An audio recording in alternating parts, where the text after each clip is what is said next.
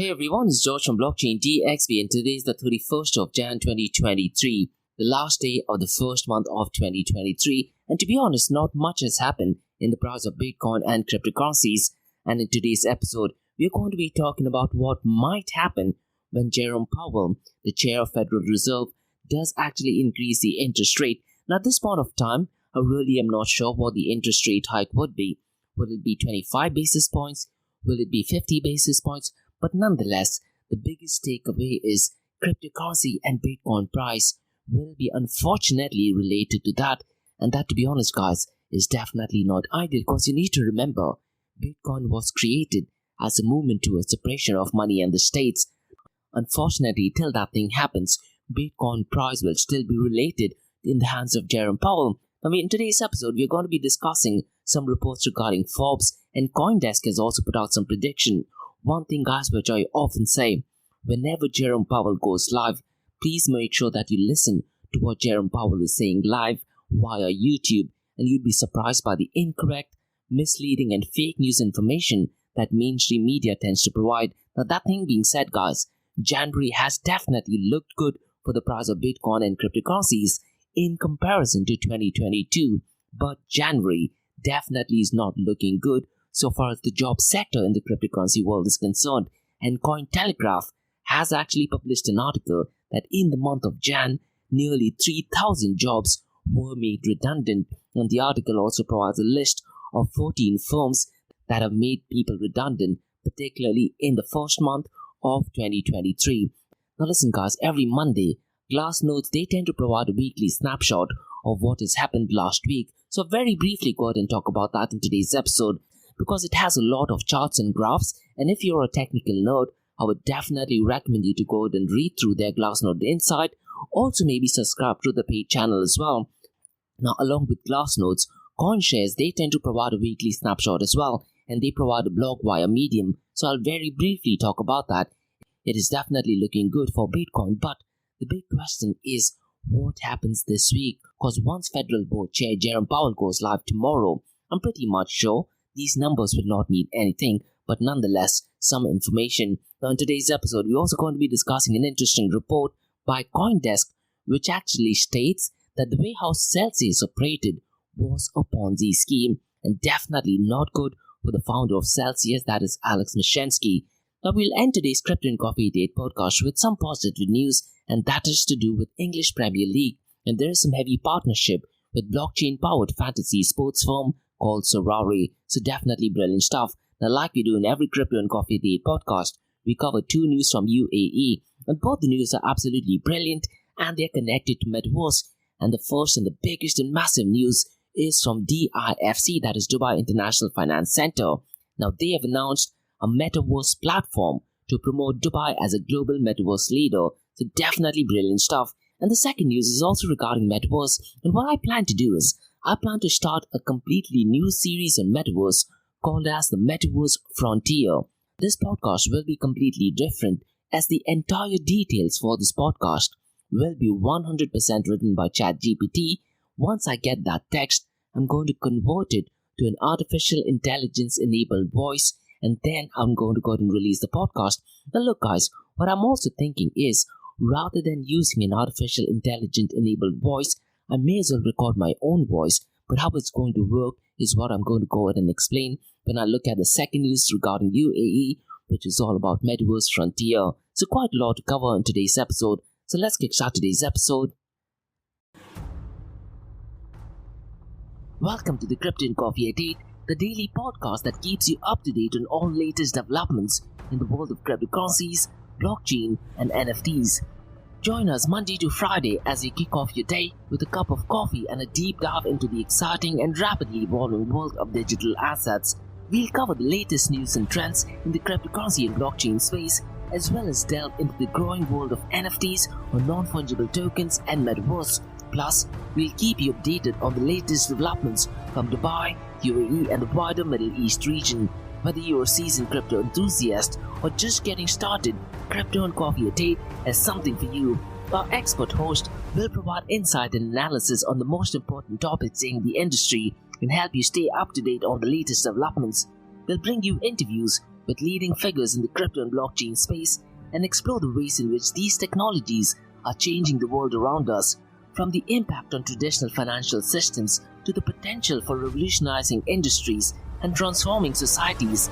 We'll cover it all on Crypto and Coffee at 8. So tune in and join us for a daily dose of Crypto and Coffee at 8, and let's stay ahead of the curve together. We'll start your day off right with the most important news and insights from the world of cryptocurrency, blockchain and the metaverse, and help you navigate this exciting and rapidly evolving landscape. In Crypto and Coffee at 8, the daily podcast covers the latest developments in the world of cryptocurrency, blockchain and the metaverse. We'll also bring you updates on the latest news from Dubai, UAE and wider Middle East region. This also includes a range of topics such as developments in the local and blockchain industry, including new projects and initiatives, regulatory updates, and policies related to cryptocurrency and blockchain in the region, local and regional events and conferences focused on crypto and blockchain, interviews with leading figures in Dubai, UAE and Middle East crypto and blockchain community, coverage of any significant news or events related to cryptocurrency and blockchain in the region. By covering these local and regional developments, in addition to the wider world of cryptocurrency and blockchain, Crypto and Coffee at 8 aims to provide a comprehensive overview of the industry and its impact on the Dubai, UAE and Middle East region. Now before we kickstart today's episode, I have an important message, so check this out. Firstly guys, Startup OI is global one-tech platform for tech. It offers global high-paying tech jobs with flexibility in working time and location, global free tech events and tech networks to connect with global like-minded engineers. A brilliant platform to listen to the tech experts in Metaverse and to grab their insights. Now listen, all you have to do is download the app Startup OI. If you're using an Android version, go to Google Store and App Store for iOS devices. Alternatively, you can also click on the show notes below to download Startup OI. Next, guys, listen, if you're into fitness, if you're into adventure, if you want to do something wild but still want to keep your health in check, there is a new podcast in town, a podcast focusing on obstacle course race in the Middle East. The podcast is called Rise in the Obstacle Course Race, and Rise in the Obstacle Course Race podcast is a peer-to-peer community-driven podcast where they talk all about obstacle course race in the Middle East, from Sandstorm to Spartan Race, from Tough Mudder to Desert Warrior Challenge, and also the Government Gov Games, and quite a lot more. The podcast has interviews with athletes locally and internationally to get inside scoop on how athletes prepare for obstacle course race. In the podcast, they also talk about interesting stories on why they are motivated to do obstacle course race. And that's not all. They also plan to release 7 NFTs, and these NFTs are no ordinary. These NFTs will represent every emirate in the UAE. And listen guys, these NFTs are going to be absolutely massive. So do one thing, go to Spotify, go to iTunes, go to any leading podcasting platform and search for Rise in the Obstacle Course Race podcast. And finally guys, not your keys, not your crypto. If you have dabbled with cryptocurrencies and now are seriously getting to protect your cryptocurrencies, there is no better way to protect it by using a hardware wallet. And this is where Ledger Wallet kicks in. And Ledger Wallets are hardware cryptocurrency wallets made by Ledger, a company headquartered in Paris, France. And Ledger's hardware wallets are multi-currency wallets that are used to store private keys for cryptocurrencies offline. And Ledger offers 2 hardware wallets, the Ledger Nano and Ledger Nano X wallets. They are world-class experts with extensive crypto security backgrounds. They continuously look for vulnerabilities in Ledger products in a constant effort to improve the level of security. Now, in today's world, securing these digital assets is a critical challenge, and this is where Ledger kicks in. So click the link below to buy your hardware wallet and support this podcast. It is a brilliant way to support this podcast. So what are you waiting for? The link is in the show notes below. Now, since you've taken care of that, let's look at the global cryptocurrency market. Not much has happened since the last 24 hours. The global crypto market is pretty much the same than what it was on the 30th of Jan, and as of today, it is $1.05 trillion. Since the last 24 hours though, it has marginally gone down by 0.11%. The total crypto market volume over the last 24 hours is definitely not looking good. It is down to $50.21 billion. Now, considering the fact that Bitcoin is doing ridiculously good, this volume is definitely not looking ideal, and since the last 24 hours, it has gone down by 9.97%. The volume of DeFi strangely has been going down as well since the past few days. As of today, it is at $3.93 billion. The total value locked is $47.76 $8.65 billion, and Lido is still dominating the total value locked with 17.02%, and $8.11 billion is locked in Lido's protocol. The second is MakerDAO at $7.12 billion locked, Core Finance at $4.76 billion, Aave at $4.55 billion, and Convex Finance at $4.01 billion. Now listen guys, if I want to make any predictions not related to price, but let's say regarding to the adoption of cryptocurrency and blockchain protocols, I do have this feeling, and this is purely out of gut, that DeFi might make a comeback in 2023. Now unfortunately, as of 31st of Jan, DeFi volume accounts for only 7.84% of the total crypto market 24-hour volume. Idealistically, in a perfect world where cryptocurrency is mainstream and cryptocurrency replaces fiat currencies, the volume of DeFi should definitely be well above the 50% mark, so it should be roughly around 50 to 60%. Bitcoin and Ethereum should constitute for another 30 to 40%. Now, will that thing happen? I really am not sure, because right now, stablecoins are still dominating the cryptocurrency world, and the volume of stablecoin accounts for 91.13% of the total crypto market 24-hour volume. The volume of stablecoins is ridiculously low at $45.76 billion, and Tether USDT is still leading the pack with $33.28 billion, followed by Circle USDC at $3.29 billion, and finally Binance BUSD at $8.73 billion. Now look guys, I really am concerned about Binance USD, because if you look at the volume of Binance BNB chain and Binance BUSD, and then if you compare it with the price of Binance Coin, it does not make any sense. I have this very strong feeling that there is some real heavy manipulation going on, and someone in the back end is trying to manipulate and stabilize the price of Binance Coin. But once again, I am really hoping I'm 100% wrong on this. Now let's look at the market share, 24-hour trading volume and dominance between Bitcoin and Ethereum. Bitcoin's market share is $446 billion. Ethereum's market share is well below the 50% mark of Bitcoin's market cap, and it is currently at $194 billion. The 24-hour trading volume of Bitcoin and Ethereum both have gone down since the last 24 hours.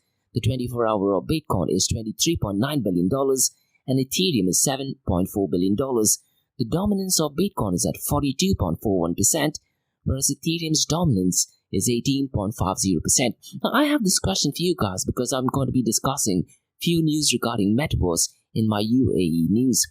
Now, in the near future, let's say 3 to 5 years down the line, if there are any blockchain protocols which are focused only on Metaverse, do you think the dominance of that particular protocol will be closer to Ethereum, or will it even surpass Bitcoin's dominance? I could be miserably wrong, but just a thought.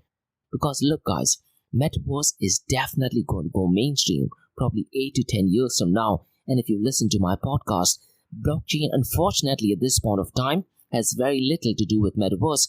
But as and when new cryptography is invented, new hashing algorithm is invented, and if you are able to somehow magically solve the blockchain trilemma problem, blockchain protocols can then be connected to Metaverse. And once that thing happens, I really do feel that this new protocol, which is catered to Metaverse, will definitely take a significant chunk of the dominance of the cryptocurrency volume. Now, I'm hoping that thing does actually happen, and it's going to take at least 3 to 5 years, maybe even longer for that.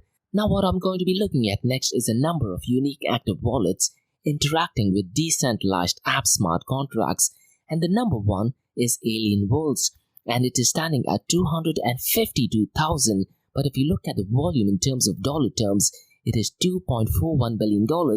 The second is Splinterlands, and the active wallets for Splinterlands interacting with decentralized app smart contracts is at 140,000. But if you look at it in dollar terms, the dollar term is ridiculously low at mere $52,000. So I have this feeling that they are just doing really tiny transactions, probably for a fraction of a penny. So listen guys, if you're using Splinterlands, please go ahead and update me on that. The third one is PancakeSwap, and the number of active wallets interacting with decentralized app smart contract is 128,000. And if you look at it in dollar terms, it is staggering at $56.44 million. So this data definitely does make a lot of sense, and it looks like Splinterlands is focusing on tiny transactions, probably for micropayments or something of that sort. Now guys, let's discuss what is going on in the cryptocurrency world.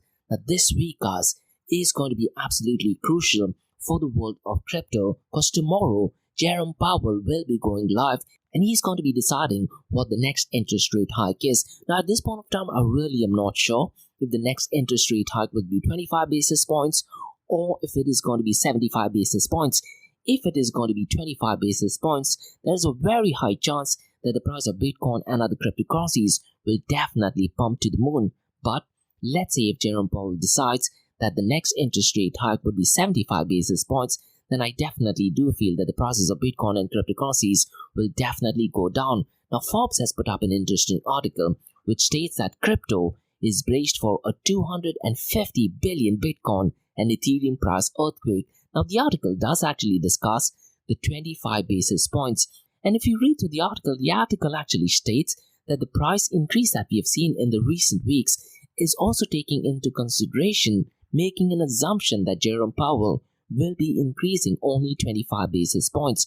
And Norman Sheikh, who's the head of treasury at crypto asset management firm called Wave Financial, has told CoinDesk that Jerome Powell will be more hawkish and retighten financial conditions, and for that reason, we could see a healthy short-term correction in crypto and all risk assets. Now listen guys, you definitely need to listen to what Jerome Powell is saying, and he will be live via YouTube. And I've said this time and over in my podcast, whenever Jerome Powell tends to go live, 4 to 5 hours after Jerome Powell goes live, mainstream media, they often put up their own narrative, which is completely different to what Jerome Powell is saying. A classic example which I often given in my podcast is, few weeks ago Jerome Powell was asked 8 times if the US is heading to recession, and all the 8 times he actually said no. But after 4 hours, mainstream media did actually state that we are heading into recession and Jerome Powell does not want to accept it, and the market reacted to that. So what I'd really recommend you to do is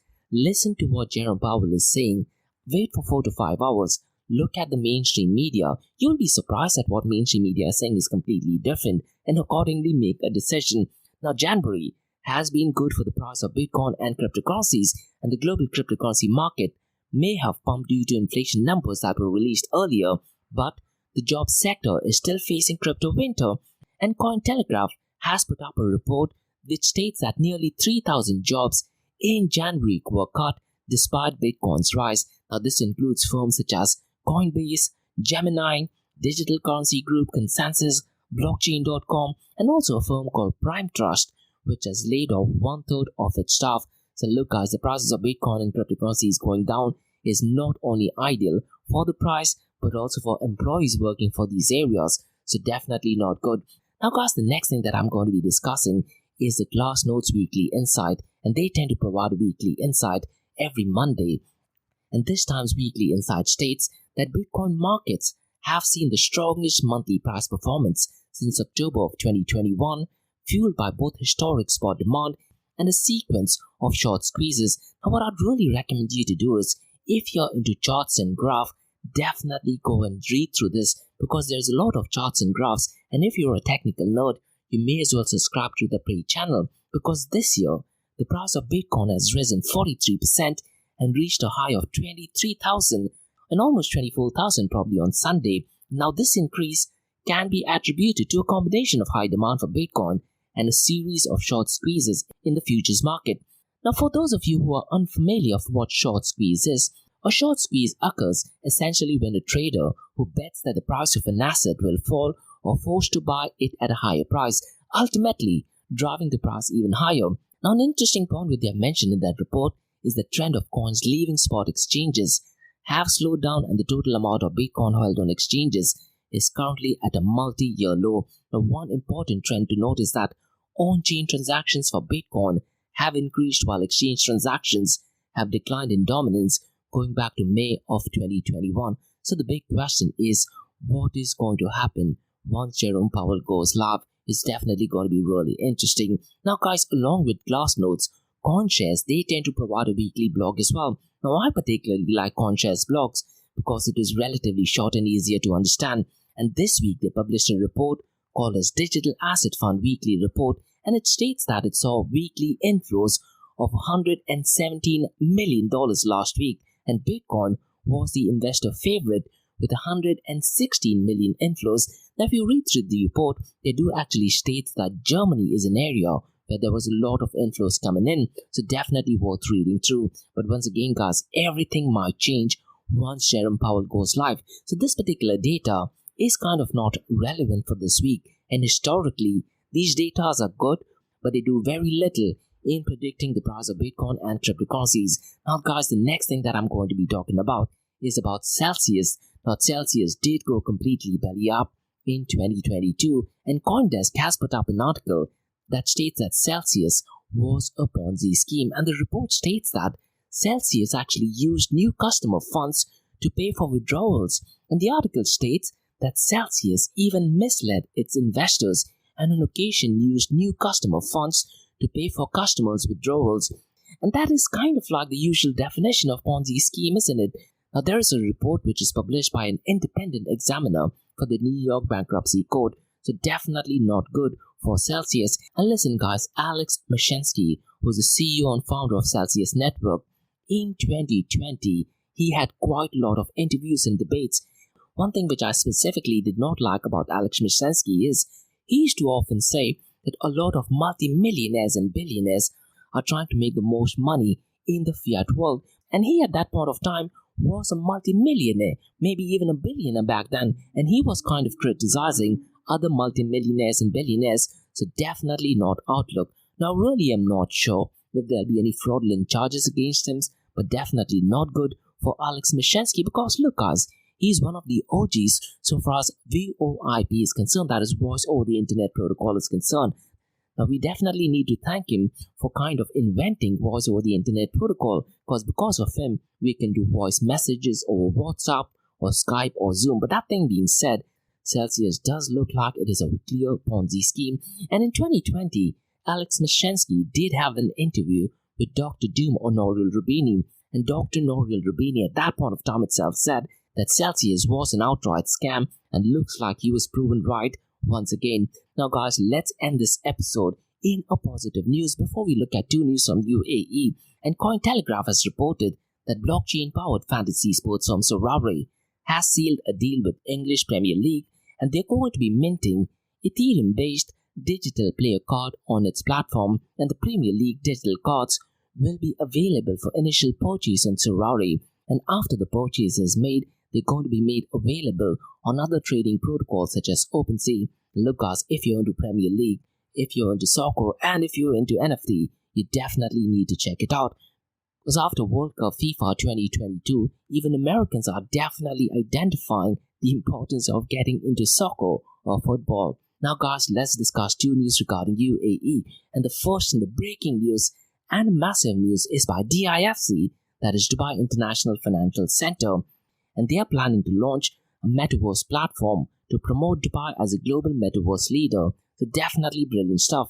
Now, the official source of this is WAM.ae, that is Emirates News Agency, and the website is spelled as W for water, A for alpha, M for mother.ae. So DIFC, that is Dubai International Finance Center, announced yesterday the launch of DIFC Metaverse platform, and this is done in line with Dubai Higher Committee for Future Technology and Digital Economy's aim to attract technology innovators from around the world. And the platform is part of a comprehensive strategy being developed by DIFC, the leading global finance center in the Middle East and Southeast region, to accelerate Dubai's status as a global metaverse leader. And listen, guys, the DIFC Metaverse platform is aligned with the Dubai Metaverse strategy, which aims to add $4 billion to Dubai's gross domestic product and support 40,000 virtual jobs by 2030 and attract 1,000 companies specialized in blockchain and metaverse technology. Now listen, guys, if you're a startup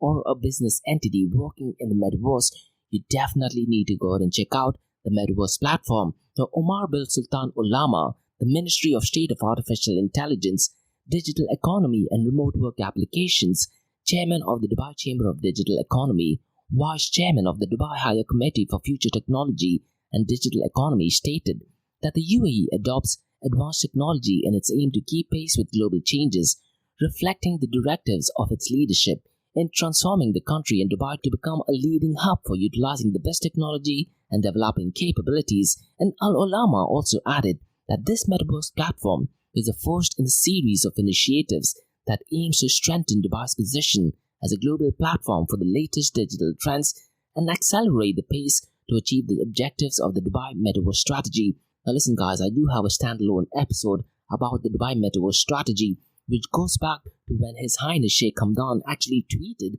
about Dubai Metaverse, and we go ahead and explore the governing bodies in the Metaverse, that is Sorare, Virtual Asset Regulatory Authority. We also discussed the Dubai Metaverse Assembly and the different events taking place, so do me a favor, check that out.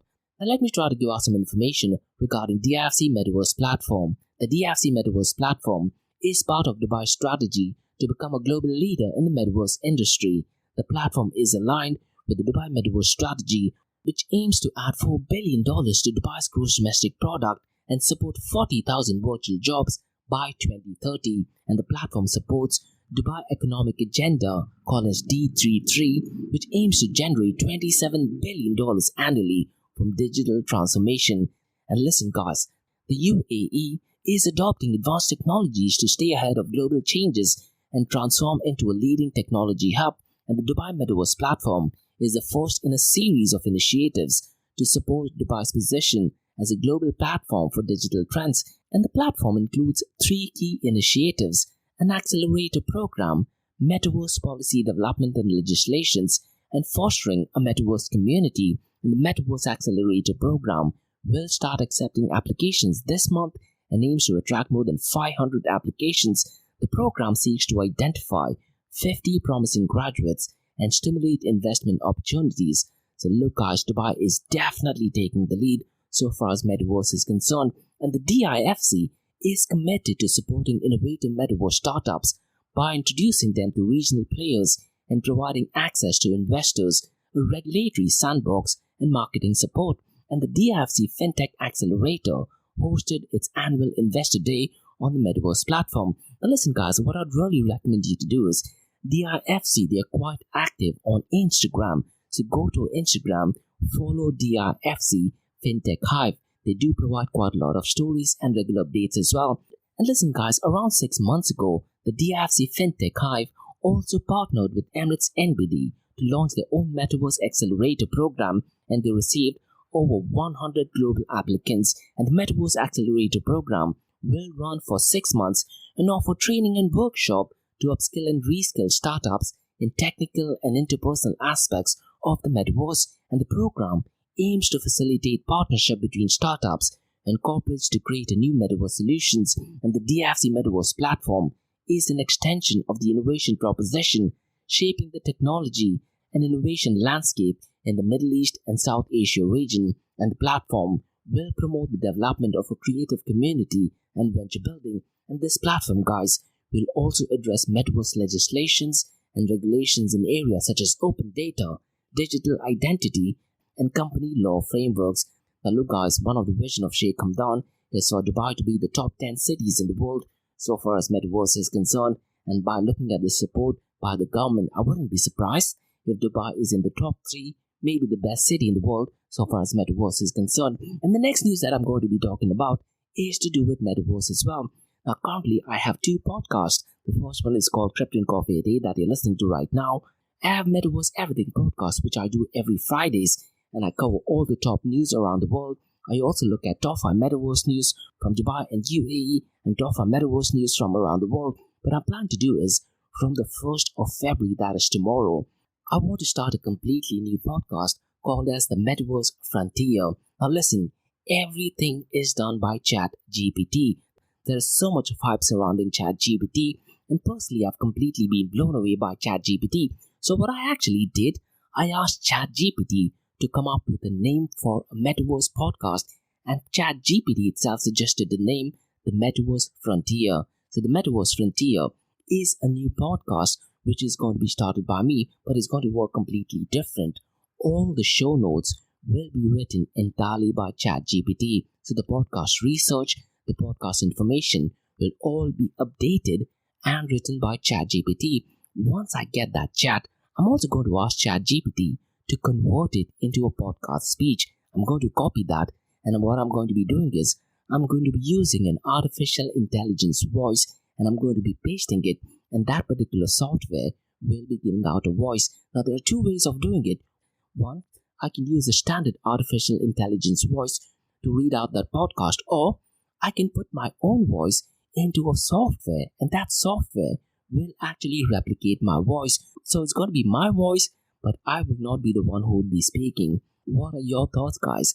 Let me know on that. Now, the first episode is scheduled to be released tomorrow, but tomorrow's episode will not be my voice, it will be rather an artificial intelligence enabled voice. So the podcast that is going to be released tomorrow for the Metaverse Frontier is going to cover topics such as the history of Metaverse, the pros and cons of Metaverse, the impact of Metaverse during situations such as geopolitical situations, inflation, war, and I'm also going to be covering some top Metaverse news. So if you do have any feedback or suggestions, mention them in the comments below. Now listen, guys, what I really want to do is the Metaverse Frontier.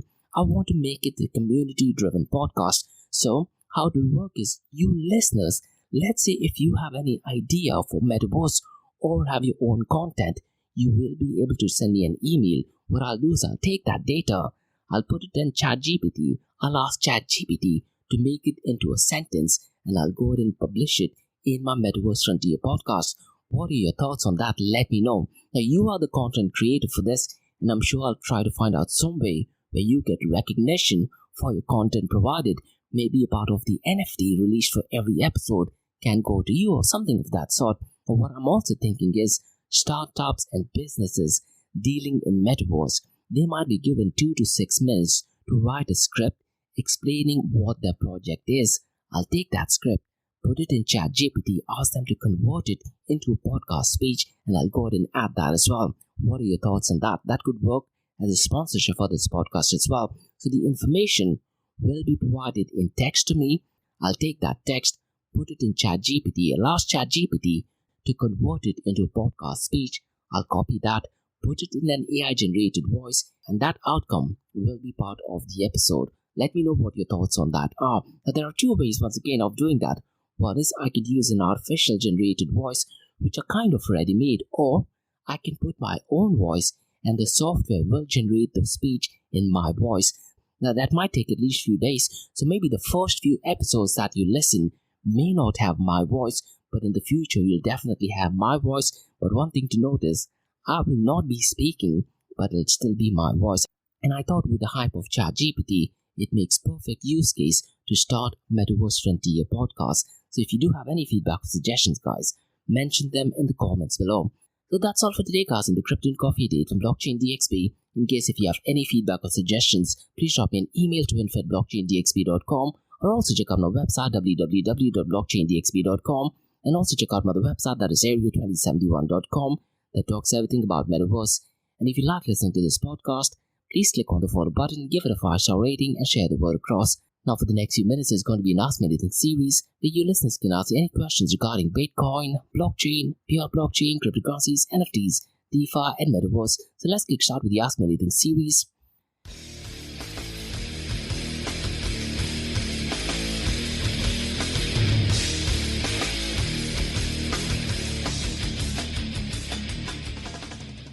Hey everyone, it's George from Blockchain TXB listening to the Ask Me Anything series, where you listeners can ask any questions regarding Bitcoin, blockchain, beyond blockchain, cryptocurrencies, NFTs, DeFi, and Metaverse. And I have a question by Carl who asks, what are your thoughts on Binance? Now, to be honest, Carl, lately I really am not liking Binance at all. Now, in 2020, they did have a relatively bad year. 2021 was one of the worst years for Binance, but 2022 was actually great for Binance, and unfortunately, that was the year when Bitcoin and other cryptocurrencies faltered, and Binance did have a brilliant year in 2022, and FTX also collapsed. Now, one thing to remember, Carl, whenever you're thinking about centralized exchanges, you always need to go ahead and revisit the second line of Bitcoin white paper. That is, the main benefits are lost if a central mediary or an entity is required to double spending. So my recommendation is avoid using any cryptocurrency exchange, avoid using Binance as well. But that thing being said, so far as the Binance customer service is concerned, I've heard some absolutely terrible user experience. One of the reviews which one of my clients had actually gave me was that the Binance customers were asked to wait on a chat box for over 24 hours, and they were required not to close that chat box. That is absolutely horrendous considering the fact that we are in 2023. There is no customer service, and apparently there are quite a number of frauds which are taking place in Binance as well. And in December, I did get one of my clients from India who did actually send me a message stating that he had lost quite a lot of funds. It was kind of like a fraud which happened on Binance, and unfortunately the customer service was completely shutting him down. I cannot disclose what that is because it was clear outright fraud, and Binance unfortunately could not do much about it. But that thing being said, the customer service being offered by Binance is definitely pathetic. Now lately what I've been noticing is, if you look at the volume of Binance BNB chain, the numbers definitely do not match, and this could only mean one thing, that there is a centralized entity in the back end which is trying to manipulate the price of Binance. And look, Carl, one thing which I've often said, Binance going down will be absolutely tragic for the world of Bitcoin and cryptocurrencies. Binance at this point of time is ridiculously strong. It might be even stronger than Bitcoin, to be honest, because if you look at the volume of stable coins, it is at number 3rd. If you look at Binance BNB chain, in the coin market cap, it is at number 3. They have quite a lot of partnerships in other parts of the world, including US, including Germany, including South Korea, in UAE as well. So keeping all these things in mind, if Binance were to go belly up, it's going to have an absolutely devastating impact in the price of Bitcoin and cryptocurrencies. But will that be a good thing? In hindsight, it might be a good thing because you need to remember, Bitcoin was created as a peer-to-peer electronic cash system, and ideally, the transaction needs to happen peer-to-peer. But unfortunately, based on the customer service reviews, looks like Binance is definitely putting a bad name for cryptocurrencies and Bitcoin in particular. So that's essentially what my thoughts on Binance are. But listen, Carl, if you're from UAE, what I would recommend you to do is, there is another cryptocurrency exchange called BitOasis, and they are from UAE. They're definitely been in UAE much before Binance. I would recommend to go ahead and use BitOasis as opposed to Binance. That's essentially what my thoughts are. So that's all for today, guys, on the Ask Me Anything series on Blockchain DXB. In case if you have any feedback or suggestions, please drop me an email to info@blockchaindxb.com, and also check out my website www.blockchaindxb.com, and also check out my other website, that is area2071.com, that talks everything about Metaverse. And if you like listening to this podcast, please click on the follow button, give it a 5-star rating, and share the word across. And remember, guys, Monday to Thursdays, 8 a.m. to 8:30 a.m. we have Crypto and Coffee at 8, where we cover top news and information pertaining to Bitcoin, blockchain, beyond blockchain, cryptocurrencies, NFTs, DeFi, and Metaverse. And how the series of episodes in the Crypto and Coffee at 8 works is, we usually cover some top news and information pertaining to the price of cryptocurrencies, some major breaking news, occasionally short and sweet news as well, news that has an impact in the cryptocurrency world. The other two news and information is related to Dubai, UAE, and Middle East in the world of Bitcoin, blockchain, beyond blockchain, cryptocurrencies, NFTs, DeFi, and Metaverse. And what you're listening to right now is the Ask Me Anything series, where you listeners can ask any questions from the cryptocurrency world. So thanks so much for listening, guys, and have a nice one. Bye-bye.